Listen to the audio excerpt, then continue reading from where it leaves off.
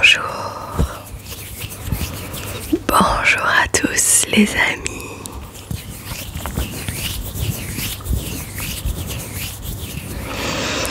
Tout d'abord, je vous souhaite tous mes meilleurs vœux pour cette année 2025. Que cette année vous soit douce, apaisée, remplie de joie, de sourire et surtout, je vous souhaite une très bonne santé. J'espère que vous avez passé des bonnes fêtes de fin d'année.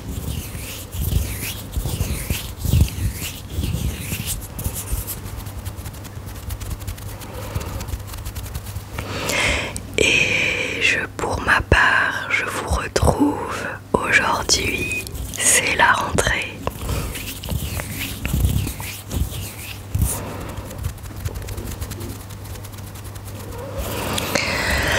J'espère que vous allez bien les amis. Moi pour le coup ça va, j'ai passé de bonnes fêtes de fin d'année.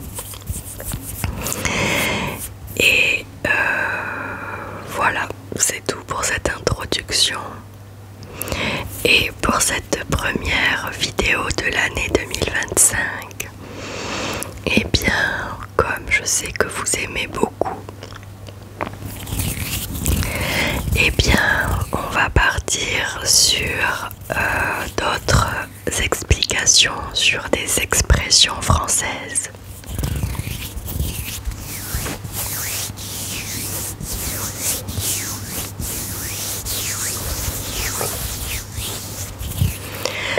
Je vous laisse vous installer là où vous vous sentez le mieux. Et moi, eh bien, je vais démarrer la lecture, la première lecture de 2025.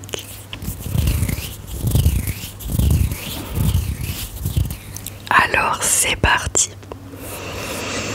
Pourquoi parle-t-on de courir sur le haricot lorsque quelque chose nous agace? Si quelqu'un vous tape sur les nerfs, vous pouviez dire il n'y a pas si longtemps qu'il vous courait sur le haricot. L'origine de l'expression est aussi floue que son sens est clair. Courir sur le haricot est tombé un peu en désuétude au XXIe siècle. Vous ne l'entendez sûrement plus très souvent, sauf peut-être dans la bouche des plus âgés. Commençons par souligner l'évidence. Cette expression n'a rien de littéral. En réalité, elle exprime un fort agacement provoqué par un tiers. Quelqu'un vous harcèle au téléphone, vous pouvez dire qu'il commence à vous courir sur le haricot. Nous avons l'habitude d'utiliser d'autres expressions imagées, dont la plus connue et polie demeure casser les pieds. Mais cette histoire de haricot, à partir de quand a-t-elle commencé à germer dans la langue française? Quelle est l'origine de courir sur le haricot, cette expression si imagée? Tentons de déconstruire courir sur le haricot. Au XVIe siècle, le haricot était aussi un terme d'argot pour parler du gros orteil. Il l'était encore au début du XXe siècle, selon l'argot au XXe siècle par Aristide Bruant. Cette association provient peut-être de l'importance de l'agriculture dans notre économie à l'époque. Par ailleurs, en ce temps-là, courir quelqu'un avait pour emploi populaire de vouloir dire exaspérer, agacer, déranger quelqu'un. Au XIXe siècle, un autre verbe, haricoter, signifiait spéculer avec avec mesquinerie dans les affaires. Celui qui haricotait pouvait ergoter sur les moindres détails de la transaction, sûrement au point de compter les haricots. Quelqu'un de très énervant donc. Pourquoi, dit-on, tu me cours sur le haricot? L'expression définitive « courir sur le haricot » est apparue dans le langage courant vers la fin du XIXe siècle. D'ailleurs, Bruant y fait aussi référence dans son argot au XXe siècle. Il n'y a aucune piste sur l'origine de courir sur le haricot, mais il n'est pas idiot de supposer que cela découle d'une ou plusieurs expressions citées plus haut. Concernant l'origine de sa signification, peut-être faut-il cela représenter au sens littéral. Si quelqu'un vous marche sur l'orteil, ça fait mal et vous vous fâchez. Imaginez si cette personne est en train de courir. Dès lors, il n'est pas surprenant de trouver en tête des synonymes une autre expression en rapport avec le bas du corps, casser les pieds. Quels sont les synonymes de courir sur le haricot? Une personne qui vous court sur le haricot vous dérange au point d'éprouver votre patience. C'est une autre façon de dire qu'elle vous casse les pieds, mais aussi qu'elle vous tape sur les nerfs ou sur le système. Pour revenir à des termes agricoles, il est aussi possible de dire peler le haricot, taper sur le haricot ou briser les noix.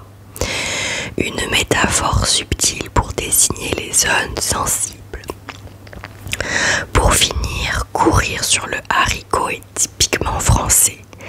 Les autres pays ont leur propre image. Par exemple, les Allemands disent marcher sur le biscuit et les Algériens qu'on leur monte le gaz à la tête, en citant les expressions les moins vulgaires.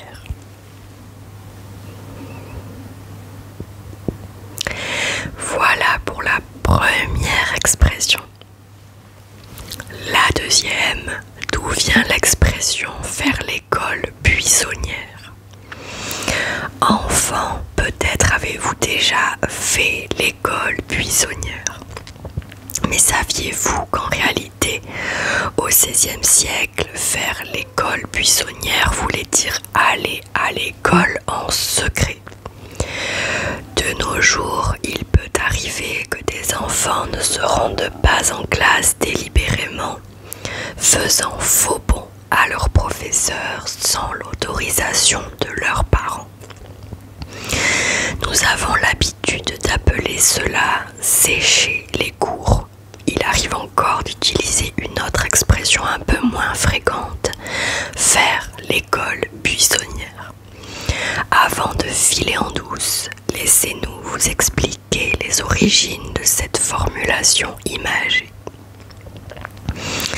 Quelle est l'origine du terme école buissonnière? L'histoire de l'école buissonnière commence au XVIe siècle avec un moine allemand. Martin Luther était professeur et père de la réforme protestante. Il était en désaccord avec les pratiques de l'Église catholique de l'époque. Il reconnaissait la légitimité de la Bible comme autorité religieuse, mais pas celle du pape Léon X. En 1521, il subit la peine la plus lourde pour un chrétien, l'excommunication. Il perdit l'accès aux privilèges de sa religion, dont le droit d'enseigner. Il fonda sa propre religion, l'Église luthérienne, mais prêcher publiquement était difficile. L'Église catholique contrôlait les lieux de culte et les écoles, et elle interdisait l'entrée aux prêtres luthériens. Ces derniers ne pouvaient donc pas dispenser l'enseignement protestant.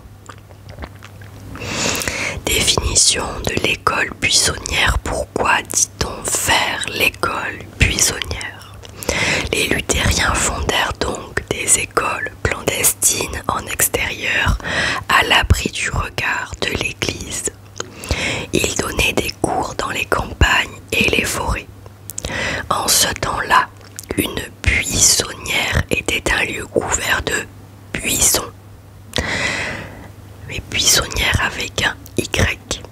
Faire l'école buissonnière avec un I voulait donc bien dire aller à l'école cachée dans les buissons. Le Parlement eut finalement vent de ces écoles secrètes et les interdit. La première allusion écrite à l'école buissonnière remonte à 1535, dans la seconde épître du coq à l'âne du poète français Clément Marot. Vrai et qu'elle fut buissonnière, l'escole de Seuls de Pavie, écrit-il.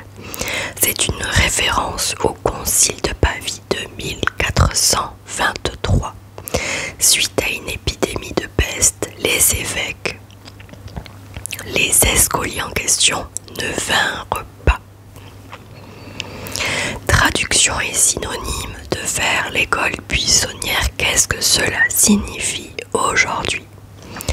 Selon les théoriciens, l'expression a perduré et s'est transformée car elle renvoie à deux images particulières. D'une part, celle d'un enfant préférant se cacher dans les fourrés plutôt qu'étudier. D'autre part, celle d'une école si peu fréquentée que les ronces et les mauvaises herbes ont commencé à y pousser. Aujourd'hui, faire l'école buissonnière renvoie à l'idée d'un enfant insouciant, flâneur, rêveur, parti jouer et s'amuser plutôt qu'étudier. Un tel élève peut tout à fait être studieux en dépit d'une escapade de brève durée. Cette vision est légèrement plus positive qu'avec l'expression « sécher les cours ». Cette dernière suggère plutôt que l'élève est un cancre, mauvais élève et paresseux.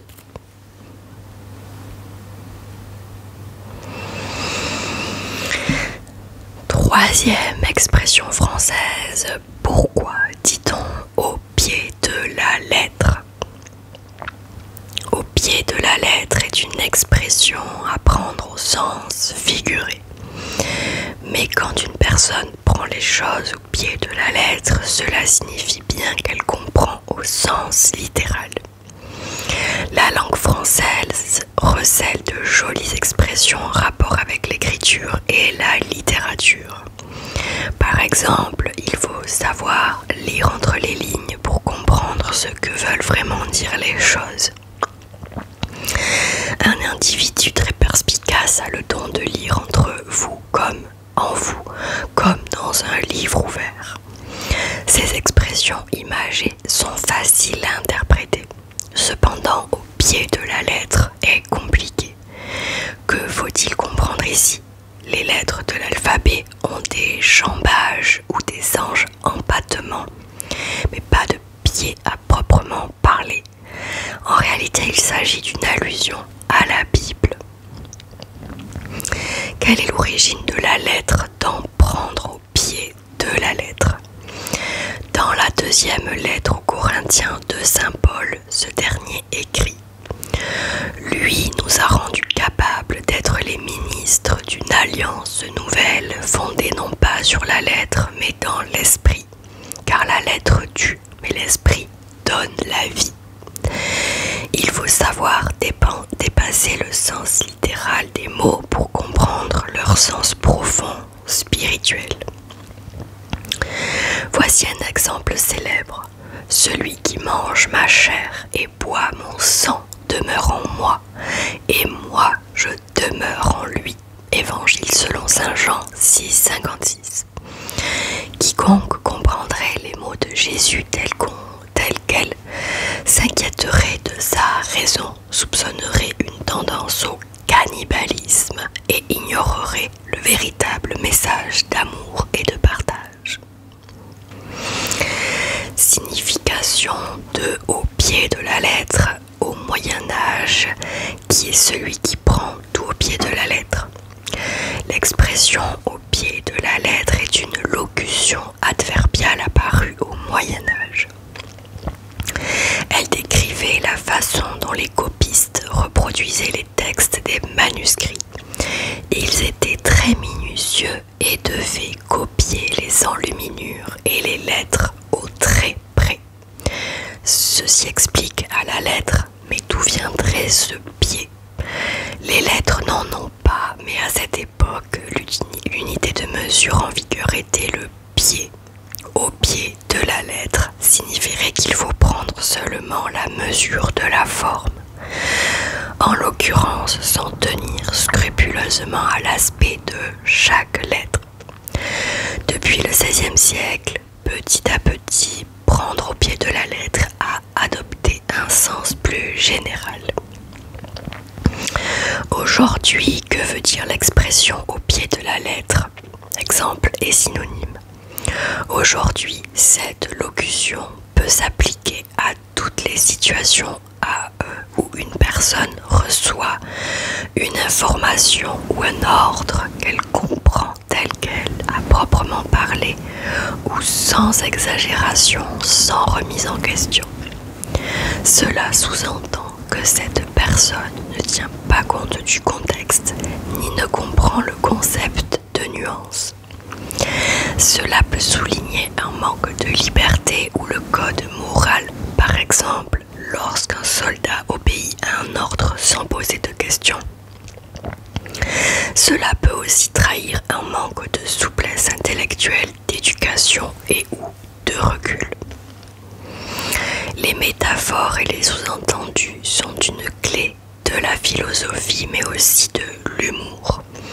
Beaucoup de plaisanteries reposent sur des jeux de mots qui ne fonctionnent que si l'interlocuteur les comprend.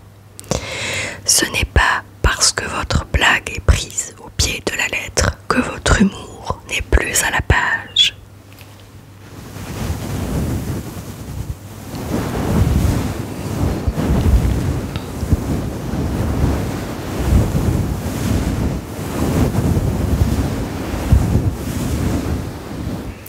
Autre expression française, d'où vient l'expression appeler un chat un chat? Si vous connaissez l'expression appeler un chat, vous ignorez peut-être d'où elle vient. Malgré le culte voué aux félins depuis toujours, ils n'en sont pourtant pas l'origine.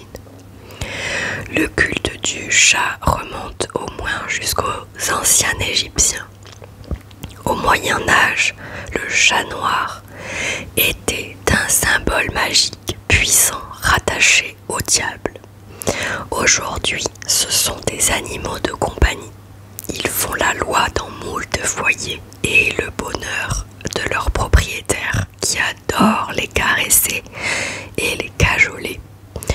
Bien sûr, appeler un chat est une évidence, mais c'est aussi une formule connue avec un sens philosophique. Devinez d'où elle provient ou donnez-vous votre langue au chat. Quelle est l'origine de cette formule et pourquoi le mot chat n'y figurait-il pas? Aristophane écrivait dans la comédie Les Nuées 423 avant Jésus-Christ, appelant figue une figue, barque une barque. Ce passage devint un proverbe grec appelant les historiens à rester serviteurs de la vérité et l'honnêteté. Il fut cité au 1er siècle après Jésus-Christ par Lucien de Samosate dans son traité Comment écrire l'histoire. En 1530, le philosophe Erasme traduisit en latin Ficus ficus, ligonem ligonem vocat. Soit il appelle une figue, une bêche, une bêche. Changer la barque en bêche serait dû à une erreur d'interprétation.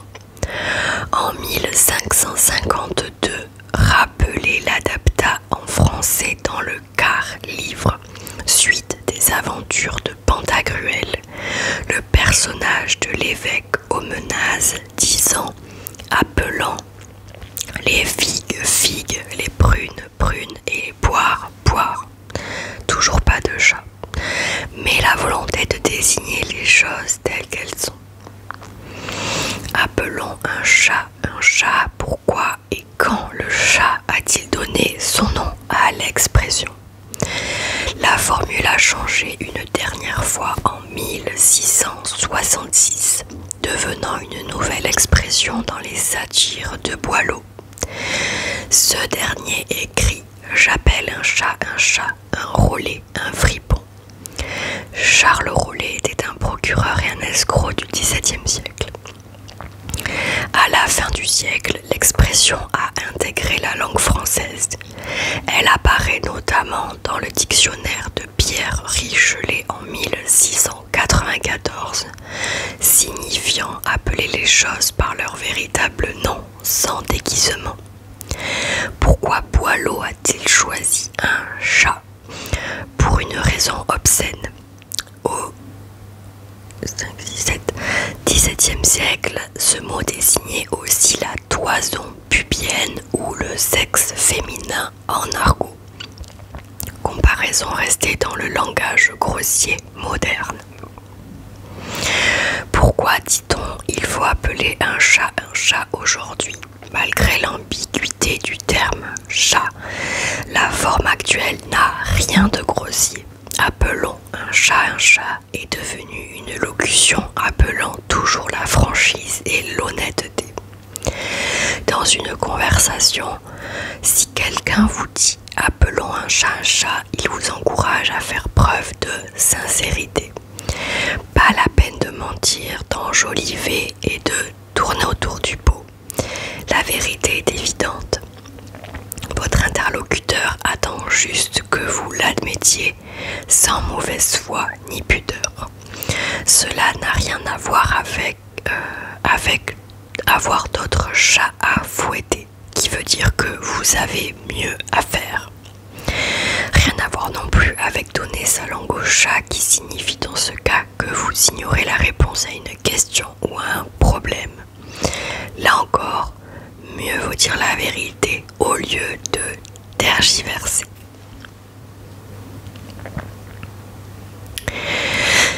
Et enfin, dernière expression de la langue française, que signifie monter sur ses grands chevaux? Si une personne s'emporte à la moindre remarque ou à un comportement déplacé, attention à ne pas monter sur ses grands chevaux, sinon quelqu'un pourrait le lui reprocher. En France, nous avons une ribambelle d'expressions animales. Bien sûr, il y en a qui ont une connotation négative. Traiter quelqu'un comme un chien est synonyme de maltraiter. Faire une vacherie, faire un sale coup, et prendre la mouche, se vexer. Aussi, une personne très têtue est souvent surnommée tête de mule. Est-ce que vous avez déjà entendu quelqu'un reprocher à autrui de monter sur ses grands chevaux? Si vous ne savez pas d'où cela provient, ni ce que cela signifie, laissez-nous vous expliquer. Quelle est l'origine de l'expression « monter sur ses grands chevaux » au Moyen-Âge? Il faut revenir au Moyen-Âge pour comprendre l'origine de monter sur ses grands chevaux. À l'époque, le moyen de transport était le cheval. Les bêtes et leurs équipements différaient selon l'usage. Il y avait le sommier ou bête de somme qui portait les bagages et les armes. Il y avait le palefroid qui servait pour les voyages, pour les parades et en tant que monture des femmes. Enfin, il y avait le destrier, le cheval de combat. C'était un cheval de race et surtout de grande taille, parfait pour observer le terrain et dominer l'adversaire. Monter sur ces grands chevaux avait donc un sens littéral, celui de partir au combat sur des destriers. Pour l'anecdote, les chevaux de bataille s'appelaient ainsi parce que les écuyers les amenaient à leurs chevaliers en les tenant par la main droite. Pourquoi dit-on d'une dame italienne du XVIe siècle qu'elle pouvait monter sur ces grands chevaux? Dans la transition de monter sur ces grands chevaux entre le sens littéral du Moyen-Âge et le sens figuré moderne, l'Italie du XVIe siècle fournit une deuxième hypothèse, ou plutôt un complément de réponse. Les dames de la noblesse commençaient à porter de drôles de chaussures. Leur caractéristique, des talons hauts. Pour se donner une dimension hautaine, ces dames prenaient de la hauteur. Comme le précise Baptiste Baudet, chargé de médiation culturelle au musée de la chaussure de Romans-sur-Isère. Quand on est riche et important, on se montre en société et donc on est supérieur dans la foule. Ces chaussures étaient surnommées grands chevaux, puisque comme pour les chevaliers, le principe était d'afficher sa grandeur et de dominer. Synonyme et exemple de monter sur ces grands chevaux, pourquoi dit-on cela aujourd'hui? Monter sur ces grands chevaux avait jadis un rapport avec la guerre. De nos jours, monter sur ces grands chevaux était synonyme de s'emporter, se fâcher en exprimant vocalement sa rogne, généralement en prenant autrui de haut ou en se donnant de grands airs au passage. Cela peut également signifier argumenter ou défendre son opinion avec beaucoup de fougue. Les gens appellent aussi cela faire une scène. Comme quoi, monter sur ces grands chevaux nous rappelle encore un peu l'ardeur nécessaire aux chevaliers pour guerroyer. Si une personne vous fait remarquer que vous montez sur vos grands chevaux, peut-être que vous dépassez les bornes et que vous avez perdu votre sang-froid un peu vite.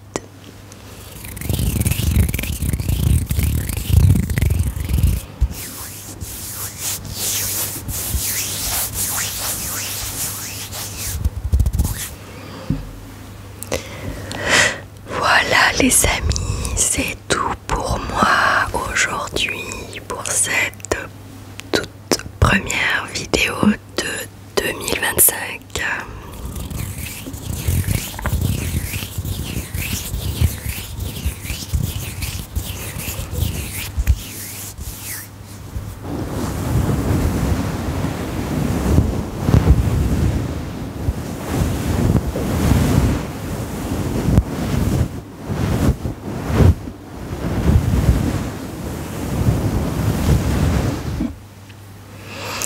En tout cas, donc j'espère que vous allez bien, que vous vous portez bien, que vous restez au chaud parce qu'il fait froid.